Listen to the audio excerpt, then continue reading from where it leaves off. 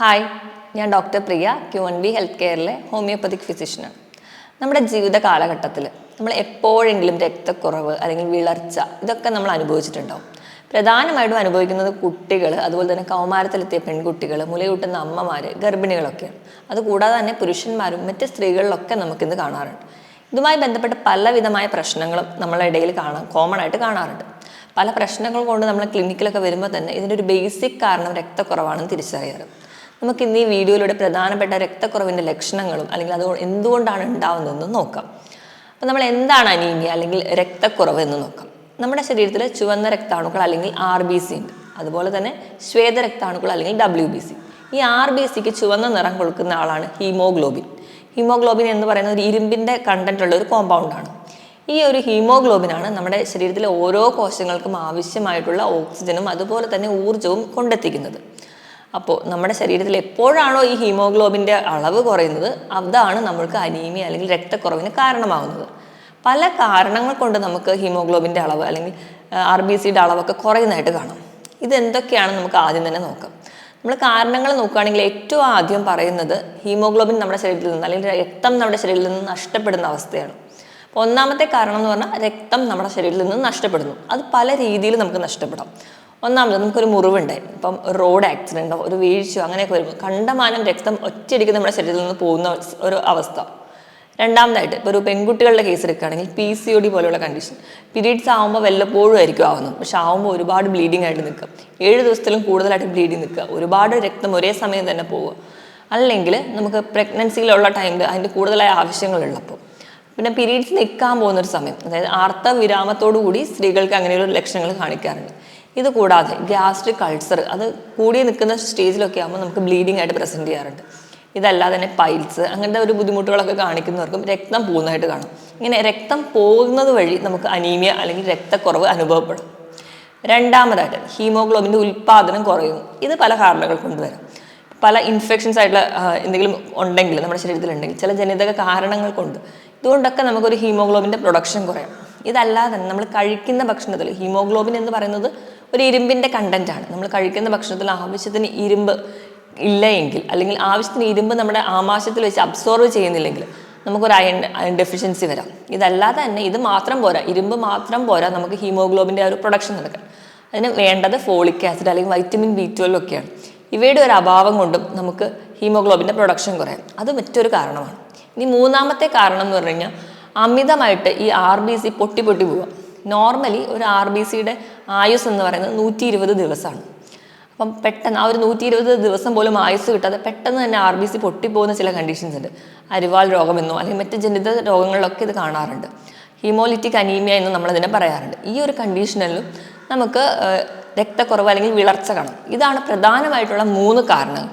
പിന്നെ കുട്ടികളുടെ കേസ് എടുക്കുകയാണെങ്കിൽ കുട്ടികളിൽ വിരശല്യമൊക്കെ ഉണ്ടെങ്കിൽ, അതുപോലെ അവരുടെ ഒരു ഈറ്റിംഗ് ഡിസോർഡേഴ്സ് ഒക്കെ കാണിക്കുന്നവരിലും ഇതുപോലെ ഒരു രക്തക്കുറവ് വിളർച്ചയായിട്ട് പ്രസൻറ്റ് ചെയ്യാറുണ്ട്. ഇനി നോർമലി എത്രയാണ് ഹീമോഗ്ലോബിൻ്റെ കണ്ടന്റ് അല്ലെങ്കിൽ എത്രയാണ് നമുക്ക് വേണ്ടതെന്ന് നോക്കിക്കഴിഞ്ഞാൽ, പുരുഷന്മാരുടെ കേസ് എടുക്കുകയാണെങ്കിൽ ഒരു 13.6 ഗ്രാം പെർ ഡെസിലിറ്ററെങ്കിലും വേണം. ഒരു 12.5 താഴോട്ടൊക്കെ പോകുമ്പോൾ അവർക്ക് അതിൻ്റെതായ ലക്ഷണങ്ങൾ, ബുദ്ധിമുട്ടുകളൊക്കെ കാണുന്നതായിട്ട് കാണും.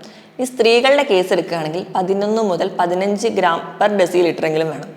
12 അരയൊക്കെ അതിൻ്റെ താഴെയൊക്കെ പോകുമ്പോഴത്തേക്കും നമുക്ക് ലക്ഷണങ്ങൾ കാണാറുണ്ട്.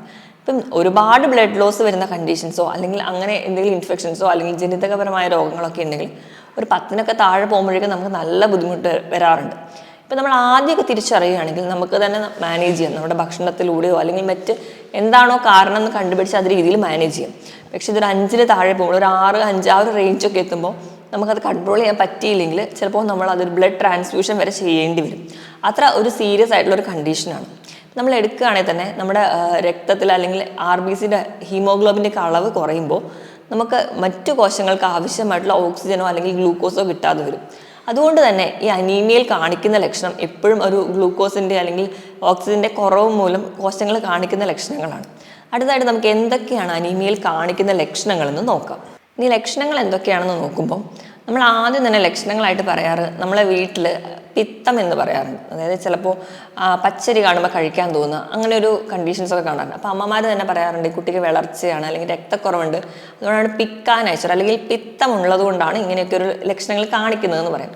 അത് കഴിഞ്ഞ് നമ്മളൊന്ന് ക്ലിനിക്കിൽ ചെല്ലുമ്പോൾ അല്ലെങ്കിൽ ഇങ്ങനെ ഒരു ബുദ്ധിമുട്ടുണ്ട് എന്ന് പറഞ്ഞാൽ നമ്മൾ ക്ലിനിക്കിൽ ചെല്ലുമ്പോൾ ഡോക്ടേഴ്സ് തന്നെ നമ്മളെ കാണുമ്പോൾ തന്നെ നോക്കാറുണ്ട്. നമ്മുടെ കണ്ണിൻ്റെ താഴോട്ടാക്കിയിട്ട് കൺപീളിയിൽ അല്ലെങ്കിൽ കൺപോളയിലൊക്കെ രക്തമയം ഉണ്ടോ, കൈയിൻ്റെ നഖത്തിൽ അല്ലെങ്കിൽ അണ്ണാക്കിൽ, നാക്കിൽ ഒക്കെ നോക്കാറുണ്ട്. അപ്പോൾ ഒരു രക്തമയമില്ലാതെ ഒരു വിളർച്ചയായിട്ടുള്ള ഒരു കണ്ടീഷനായിട്ട് പ്രസൻറ്റ് ചെയ്യുന്നുണ്ടെങ്കിൽ അതും ഈ രക്തക്കുറവിൻ്റെ ഒരു ലക്ഷണം തന്നെയാണ്. ഇത് കൂടാതെ തന്നെ നമ്മുടെ കൈയിൻ്റെ വിരലുകൾ അല്ലെങ്കിൽ കയ്യിലെ നഖത്തിനോട് ചേർന്ന ഭാഗത്ത് ആ ഒരു ജോയിൻറ്റിൻ്റെ ഇടയിലുള്ള സ്കിന്നൊക്കെ കുറച്ച് കറുത്ത നിറത്തിലോട്ടായി പോവുക, കാലിന് നീര് വരും, കഠിനമായ ക്ഷീണം, ഒന്നും ചെയ്യാൻ പറ്റില്ല. നമ്മൾ എത്ര ഭക്ഷണം കഴിച്ചാലോ അല്ലെങ്കിൽ നമ്മൾ എത്ര വെള്ളം കുടിക്കുന്നുണ്ടോ എന്നുള്ളതല്ല, നമ്മൾ എന്ത് ചെയ്താലും നമുക്ക് ക്ഷീണം, എപ്പോഴും കിടക്കണം എന്നുള്ളൊരു തോന്നൽ, സ്റ്റെപ്പ് കയറാൻ ബുദ്ധിമുട്ട്, നെഞ്ചിടിപ്പ് വല്ലാതെ കൂടുക, സ്റ്റെപ്പ് കയറുമ്പോഴത്തേക്ക് കിതയ്ക്കുക, കഠിനമായ ക്ഷീണം തോന്നുക, കാലിൽ നീര് വരിക, ഇതൊക്കെ ഈ ഒരു രക്തക്കുറവിൻ്റെ ലക്ഷണം. ചിലർക്കാണെങ്കിൽ നല്ലപോലെ തലവേദനയായിട്ട് പ്രസൻറ്റ് ചെയ്യുന്നത് കാണാം.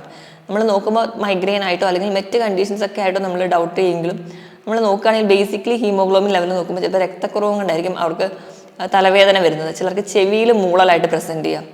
ഈ അനീമിയ അഡ്വാൻസ് ചെയ്ത് പോകുന്ന കണ്ടീഷനിൽ നമ്മൾ നോക്കുകയാണെങ്കിൽ സ്കിന്നൊക്കെ വല്ലാതെ ഡ്രൈ ആവും, നമ്മുടെ നഖം ഡ്രൈ ആവും, മുഖം ഒക്കെ വല്ല ചുക്കി ചുളിഞ്ഞിരിക്കുന്ന പോലെ തോന്നാം, നഖത്തിനൊരു ഷേപ്പ് തന്നെ മാറും, നഖം ഒരു സ്പൂണ് പോലെ കുഴിഞ്ഞു പോകുന്നതായിട്ട് കാണും. ഈ ഒരു കണ്ടീഷനെ നമ്മൾ കൊയിലോണിക്കുക എന്നാണ് പറയാറ്. ഇത് കൂടാതെ തന്നെ മുടി കൊഴിച്ചിൽ പോലെയുള്ള ബുദ്ധിമുട്ടുകൾ നമുക്ക് ഈ അനീമിയയിൽ കാണാൻ പറ്റും. ഇതിന് പുറമെ തന്നെ നമുക്ക് പലരും പറയുന്ന ഒരു ബുദ്ധിമുട്ടുണ്ട്, ചില പ്രായം എത്തുമ്പോഴൊക്കെ ഒരുപാട് പേര് പറയുന്നുണ്ട് കൈകാലുകൾക്ക് തരിപ്പ്, കൈകാലുകൾക്ക് കഴപ്പ്, രാത്രി കിടക്കുമ്പോൾ മസിൽ കയറുക, ഇതൊക്കെ നമുക്ക് വിളർച്ച കൊണ്ടുണ്ടാവാം. ഇനിയിപ്പോൾ വിളർച്ച ഉണ്ടോ എന്ന് ഇപ്പം നമ്മൾ ഈ വീഡിയോ കേൾക്കുമ്പോൾ തന്നെ എല്ലാവർക്കും ടെസ്റ്റ് ചെയ്യാൻ വേണ്ടി ഒരു എളുപ്പ വഴി എന്ന് പറഞ്ഞാൽ നമ്മുടെ കൈയുടെ നഖത്തിൻ്റെ ടിപ്പ് എടുത്ത് നോക്കുക. നമ്മൾ പ്രസ് ചെയ്ത് പിടിക്കുമ്പോൾ ആ ഒരു ടിപ്പ് എന്ന് പറഞ്ഞാൽ കുറച്ച് വൈറ്റിഷ് കളർ, വെളുത്ത് വിളറിയിരിക്കുന്ന ഒരു സിറ്റുവേഷനിലോട്ട് വരും. നമ്മൾ കൈ റിലീസ് ചെയ്ത് കഴിഞ്ഞാൽ പ്രസ് ചെയ്യാതെ നോർമലിലോട്ട് വിടുകയാണെങ്കിൽ പെട്ടെന്ന് തന്നെ നമ്മുടെ ആ ബ്ലഡ് അവിടേക്ക് റീഫില്ല് ചെയ്ത്, അതായത് ഒരു 1-2 സെക്കൻഡ് കൊണ്ട് തന്നെ റീഫിൽ ചെയ്ത് ആ റെഡ് കളറിലോട്ട് മാറുന്ന കാണും. പക്ഷേ ഇങ്ങനെ അനീമിയ ഉള്ളവരാണെങ്കിൽ ഈ ബ്ലഡ് റീഫില്ലിംഗ് എന്ന് പറയുന്നത് നല്ലപോലെ ലേറ്റ് ആവും, ഒരു 3 മുതൽ 5 സെക്കൻഡ് വരെ എടുക്കും. അങ്ങനെ ഈ ഒരു ടൈം ഡ്യൂറേഷനിലാണ് നിങ്ങൾക്ക് ആ ഒരു വിളർച്ച മാറി അവിടെ ഒരു ചുവപ്പ് നിറം വരുന്നതെങ്കിൽ നിങ്ങൾക്ക് ഉറപ്പായിട്ടും അനീമിയ ഉണ്ടെന്നാണ് ഉറപ്പിക്കാം. അപ്പോൾ ഇതാണ് നമ്മൾ ബേസിക്കലി നമുക്ക് തന്നെ വീട്ടിൽ തന്നെ ചെയ്ത് നോക്കാവുന്ന ടെസ്റ്റുകൾ. ഇനിയിപ്പോൾ ഇതൊക്കെ നമ്മൾ എല്ലാവരിലും കോമൺ ആയിട്ട് കാണുന്ന ലക്ഷണങ്ങളാണ്. ഇനി ഇത് കൂടാതെ തന്നെ കുട്ടികളിലാണ് അനീമിയ പ്രധാനമായിട്ടും കാണുന്നതെങ്കിൽ അവിടെ എന്തൊക്കെ ലക്ഷണങ്ങൾ കാണുമെന്ന് നോക്കാം. കുട്ടികളിൽ കണ്ടിന്യൂസ് ആയിട്ട് ഇൻഫെക്ഷൻസ് നിൽക്കുക, അവർക്ക് ഭക്ഷണം കൃത്യസമയത്ത് കഴിക്കുന്നില്ല അല്ലെങ്കിൽ ന്യൂട്രീഷ്യസ് ആയിട്ടുള്ള ഭക്ഷണങ്ങളൊന്നും കഴിക്കുന്നില്ല, ഇന്നത്തെ ഒരു ലൈഫ് സ്റ്റൈൽ ഒരുപാട് ബേക്കറി ഫുഡ്സോ അങ്ങനെയൊക്കെ കഴിക്കുന്ന ഒരു ശീലമൊക്കെ ഉണ്ടെങ്കിൽ ഉറപ്പായിട്ടും, അതോടൊപ്പം തന്നെ വിരശല്യം ഉണ്ടെങ്കിലും ഉറപ്പായിട്ടും അവർക്ക് അനീമിയ ഉണ്ടാവും. അപ്പോൾ പ്രധാനമായിട്ടും കുട്ടികൾ എന്ന് പറഞ്ഞു കഴിഞ്ഞാൽ അവർക്ക് കഠിനമായ ക്ഷീണമായിരിക്കും. ക്ലാസ്സിലൊക്കെ പോയി വരുമ്പോഴത്തേക്കും നല്ല പോലെ ക്ഷീണം, കളിച്ച് വരുന്നതിൻ്റെ ആണെന്ന് നമ്മൾ കരുതും. പക്ഷേ അവർക്ക് പഠിത്തത്തിൽ കോൺസെൻട്രേഷൻ ചെയ്യാൻ പറ്റുന്നില്ല, പഠിക്കുന്നതൊന്നും ഓർമ്മ നിൽക്കുന്നില്ല, പഠിക്കാനൊരു താല്പര്യക്കുറവ്, കണ്ടിന്യൂസ് ആയിട്ട് തലവേദന, കാല് കഴപ്പ് തുടങ്ങിയ ബുദ്ധിമുട്ടുകളൊക്കെ ആയിട്ട് കുട്ടികൾ പറയാറുണ്ട്. അപ്പോൾ ആദ്യമൊക്കെ അവർക്ക് പഠിക്കാനുള്ള മടി കൊണ്ടായിരിക്കും എന്നൊക്കെ കരുതി നമ്മൾ വേണ്ടത്ര ശ്രദ്ധ നൽകാതിരിക്കും. പക്ഷെ നമ്മളൊരു ഡോക്ടറുടെ കൺസൾട്ടേഷൻ എടുക്കുമ്പോൾ മാത്രമേ അതൊരു രക്തക്കുറവ് അല്ലെങ്കിൽ വിളർച്ച കൊണ്ടായിരിക്കും ഈ കുട്ടിക്ക് ഇങ്ങനെ ഒരു ബുദ്ധിമുട്ട് വരുന്നത്. ചിലപ്പോൾ കുട്ടി ഭക്ഷണം കഴിക്കാൻ മടിക്കും, വിശപ്പില്ലായ്മ, ഓക്കാനം, ഛർദിൽ പോലെയുള്ള ബുദ്ധിമുട്ടുകളും കുട്ടികളിൽ കാണാറുണ്ട്. ഈ ഒരു കൗമാരപ്രായത്തിലോട്ട് എത്തുമ്പോഴത്തേക്കും നമുക്ക് ഒരുപാട് രക്തം പോകുന്നത് കൊണ്ട് അനീമിയായിട്ട് പ്രസൻറ്റ് ചെയ്യാം പീരീഡ്സിൻ്റെ സമയത്ത്. ഇനിയിപ്പം ഇങ്ങനെ അനീമിയ ഉള്ള ആൾക്കാർക്കാണെങ്കിൽ പീരീഡ്സിന് എക്സ്ട്രാ ബ്ലീഡിങ് ആയിട്ടാണ് കാണിക്കാറ്. നോർമലി ബ്ലഡ് അവർക്ക് കുറവാണെങ്കിൽ കൂടി അവർക്ക് വീണ്ടും വീണ്ടും ബ്ലീഡിങ് നല്ലപോലെ കൂടി നിൽക്കുന്നത് കാണാം. അപ്പോൾ PCOD പോലെയുള്ള കേസസിൽ ഇങ്ങനെ ഹെവി ബ്ലീഡിങ് കൂടി ഉണ്ടെങ്കിൽ അത് വീണ്ടും വിളർച്ചയിലേക്ക് എത്തിക്കും. അതുപോലെ ഇതൊരു വിളർച്ചയുടെ ലക്ഷണവുമായിട്ടും കാണാൻ പറ്റും. ഇനിയിപ്പോൾ ഗർഭിണികളാണ്, അവർക്കാണ് ഈ ഇങ്ങനെ അനീമിയ അല്ലെങ്കിൽ രക്തക്കുറവുള്ളതെങ്കിൽ കുട്ടി ജനിക്കുമ്പോൾ തന്നെ കുട്ടിക്ക് തൂക്കക്കുറവ് വരാം, അല്ലെങ്കിൽ പ്രിമച്വറായിട്ട് കൊച്ച് ജനിക്കാം, കുട്ടിക്ക് എന്തെങ്കിലും അംഗവൈകല്യം ഒക്കെ വരാം, അല്ലെങ്കിൽ അബോർഷനായി പോകാനുള്ള ചാൻസ് വളരെ കൂടുതലാണ്. അതുപോലെ തന്നെ ഡെലിവറിയുടെ സമയത്ത് ഹെവി ബ്ലീഡിംഗ് ആയിട്ട് പ്രസൻറ്റ് ചെയ്യാനുള്ള ചാൻസസും വളരെ കൂടുതലാണ്. ഇപ്പം മുലയൂട്ടുന്ന അമ്മമാർക്കാണ് അനീമിയ പ്രസൻറ്റ് ചെയ്യുന്നതെങ്കിൽ അവർക്ക് മുലപ്പാൽ തന്നെ വളരെ കുറവായിട്ടായിരിക്കും നമുക്ക് തോന്നുക. കുട്ടിക്ക് വേണ്ട രീതിയിൽ മുലപ്പാൽ കൊടുക്കാൻ പറ്റാതെ വരിക, ഇങ്ങനെയുള്ള ഒരുപാട് ബുദ്ധിമുട്ടുകൾ ഈ ഒരു അമ്മമാരും ഫേസ് ചെയ്യുന്നുണ്ട്. അപ്പം ഇങ്ങനെയൊക്കെയുള്ള ലക്ഷണങ്ങളുണ്ട്, അല്ലെങ്കിൽ നിങ്ങളുടെ പരിചയത്തിലോ വീട്ടിൽ ആർക്കെങ്കിലും ഒക്കെ ഉണ്ടെങ്കിൽ നിങ്ങൾ എപ്പോഴും ഒരു ഡോക്ടറുടെ കൺസൾട്ടേഷൻ തന്നെ എടുക്കാൻ പറയണം. അപ്പോൾ ഡോക്ടറുടെ കൺസൾട്ടേഷൻ എടുക്കുമ്പോൾ നമുക്ക് ബേസിക് ആയിട്ട് തന്നെ ഈസി ആയിട്ട് മാനേജ് ചെയ്യാൻ പറ്റും.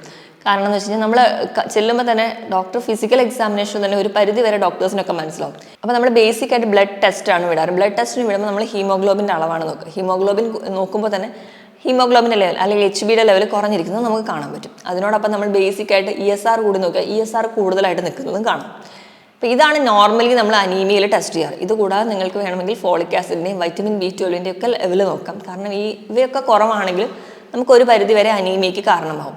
പക്ഷേ ഇത് എന്തുകൊണ്ട് അനീമിയ ഉണ്ടായി എന്നറിയാൻ വേണ്ടി നമ്മൾ മറ്റ് ടെസ്റ്റുകളൊക്കെ ചെയ്യണം.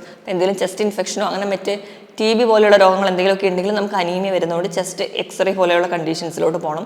റുട്ടീൻ ബ്ലഡ് ചെക്കപ്പ് വേണ്ടി വരും. ഗ്യാസ്ട്രിക് കംപ്ലയിൻസ് എന്തെങ്കിലും ഉണ്ടെങ്കിൽ എൻഡോസ്കോപ്പീൻ്റെ ആവശ്യം വരും. ഇപ്പം കൊളനോസ്കോപ്പി അങ്ങനെ എന്തെങ്കിലും ട്രീറ്റ്മെൻറ്റ് ടെസ്റ്റിലോട്ട് ചിലപ്പോൾ നമ്മൾ പോകേണ്ടി വരും. എന്താണ് ടെസ്റ്റ് ചെയ്താൽ മാത്രമേ കൃത്യമായിട്ടൊരു ആൻസർ കിട്ടുള്ളൂ. അപ്പോൾ അതിനോടൊപ്പം തന്നെ HB കുറയുമ്പോൾ തന്നെ നമ്മൾ അതിന് കൃത്യമായിട്ടൊരു മാനേജ്മെൻറ്റ് വേണം. അതിന് കൃത്യമായിട്ടുള്ള ഭക്ഷണ രീതി, കൃത്യമായിട്ട് നല്ലപോലെ തന്നെ വെള്ളം കുടിക്കുകയാണെങ്കിൽ ഒരു പരിധിവരെ നമുക്ക് ആദ്യത്തെ ഒരു സ്റ്റേജിൽ തന്നെ അനീമിയ മാറ്റിയെടുക്കാവുന്നതേ ഉള്ളൂ. മറ്റൊരു ഹെൽത്ത് ടോപ്പിക്കുമായിട്ട് വീണ്ടും കാണുന്നതുവരെ നന്ദി.